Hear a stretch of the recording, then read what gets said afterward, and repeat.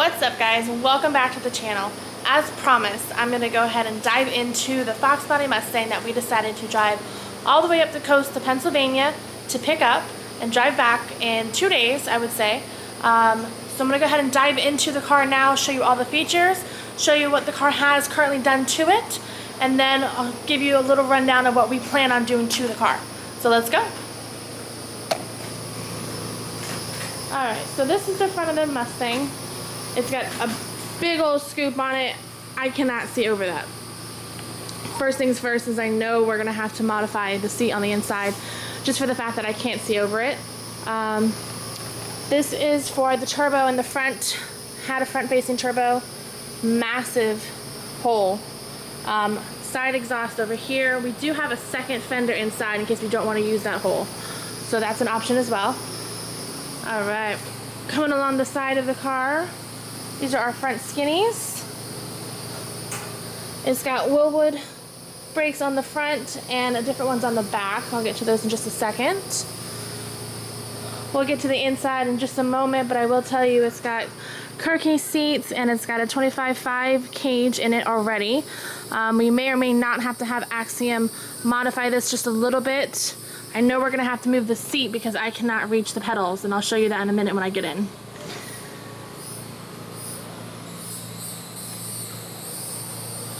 The rears are 15 by 12 beadlocks. First set of beadlocks, I will say that. Super excited about that.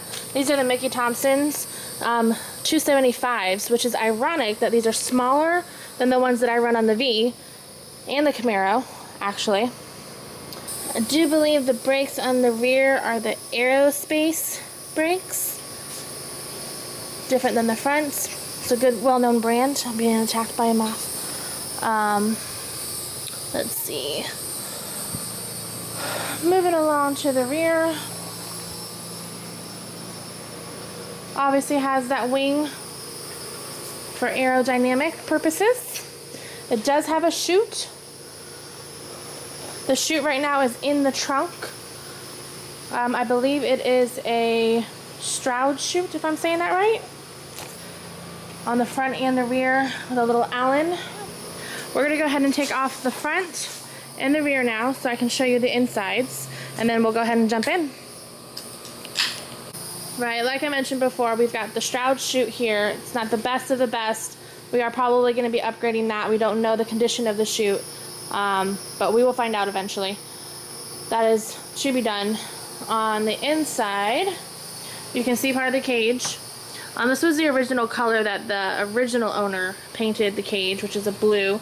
You can see this car on YouTube on different channels that he used to race it all the time. It does have a weight bar on the inside for weights right here. It didn't come with any weights, but we can get those. Those are super easy. This is the drive shaft loop. Not entirely sure why they would cut that out. We do have to get Axiom to put that back in. Maybe it's for weight to make it faster. I don't know. If you guys know, drop a comment below because I'm curious. We do have the trans cross number here. And then we're going to go ahead and move on the inside. Oh, I forgot. Battery cut off. Almost forgot about that.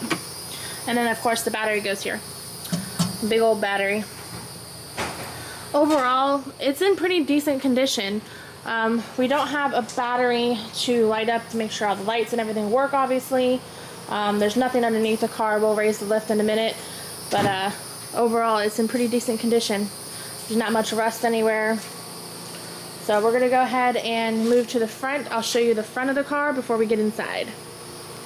Alright guys, this is the front after we took off the hood, which is behind me right there. It's actually super, super light. It's a one-man job, honestly.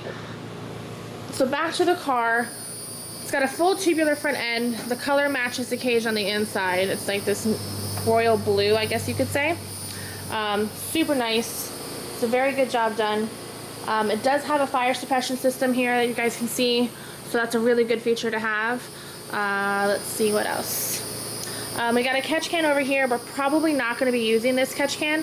We are probably going to end up using a catch can, just not that one. All this wiring and stuff down here we're going to have to redo. We're getting all the car rewired. That's going to be a project for sure. It has a weight bar somewhere. There it is. A weight bar right here, because the turbo sat on the other side where this big hole is. So they needed something to offset. We're not sure if we're going to do twins or a single, so we have to figure that out. But the original setup, he had the weight bar over here to kind of offset it.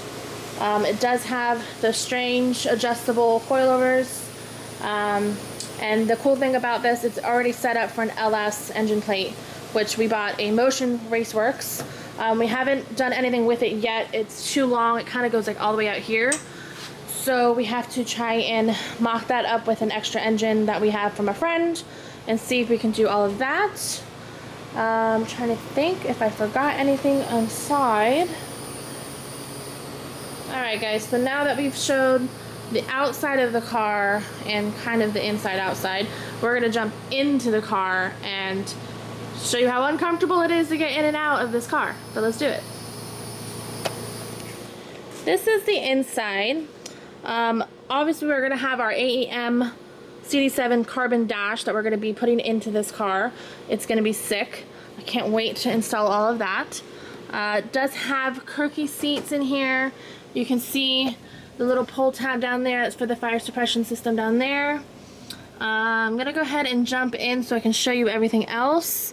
Does have Lexian front and rear and then glass sides.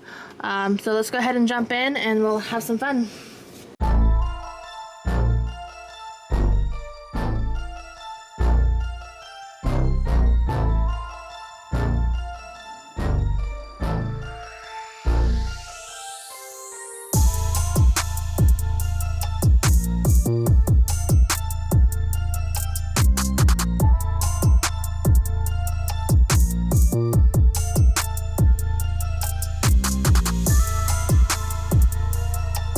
Alright guys, so we're sitting inside the Mustang. You can see the dash still has the OEM buttons and everything. Still has the AC vents, everything. Obviously the car does not have AC. We're thinking about getting a new dash. It's going to be basically the same thing, except these buttons are going to be filled in and this is going to be like sheeted over. And then obviously we'll have our AEM CD7 carbon dash to go in here. I personally don't like these buttons down here. For one, I can't reach the pedal, which is like I'm barely touching it with my foot. I can't reach it at all.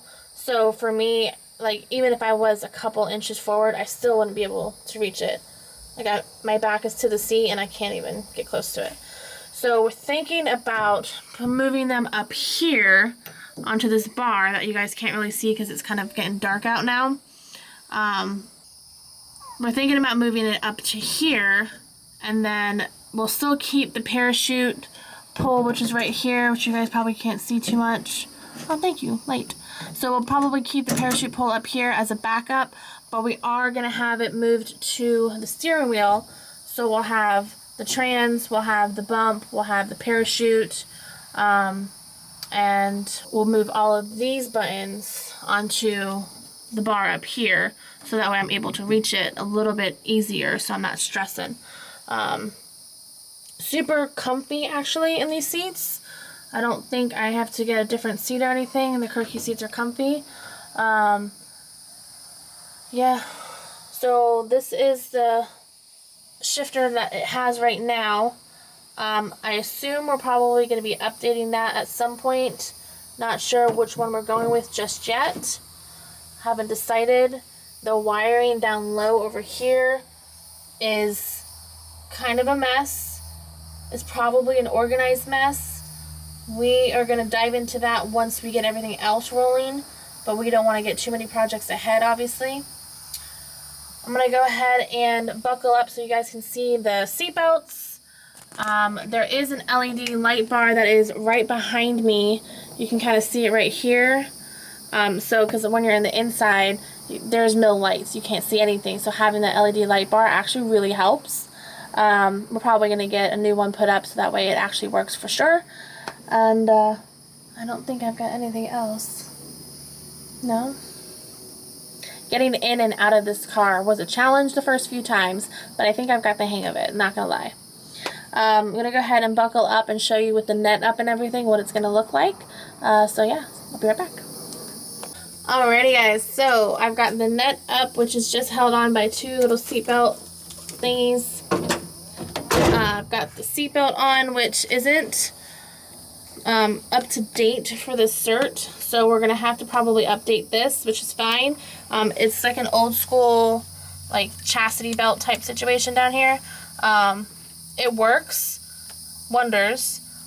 Probably will keep me super safe even if it wasn't outdated, but it is outdated, so we're gonna update that. I'm not going anywhere, but again, like, I can't reach the pedals at all, and I definitely can't reach those even if I tried. Ugh, I can barely reach this all the way.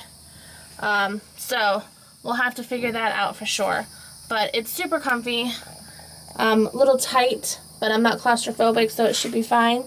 I'm sure once the windows are up, it'll feel a lot more enclosed, so it's going to be exciting building this car. Can't wait.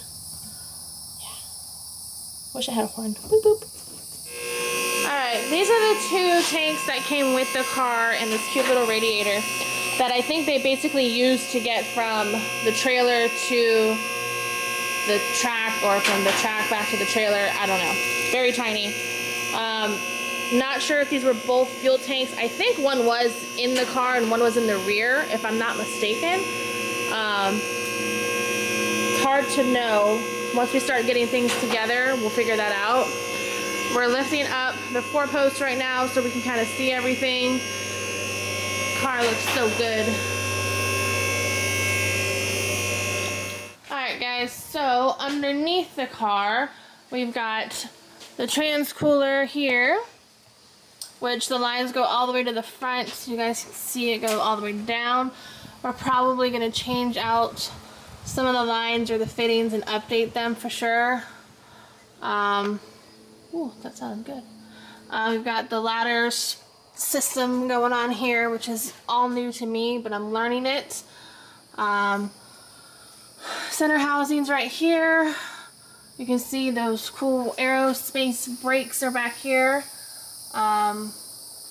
Underneath, pretty simple.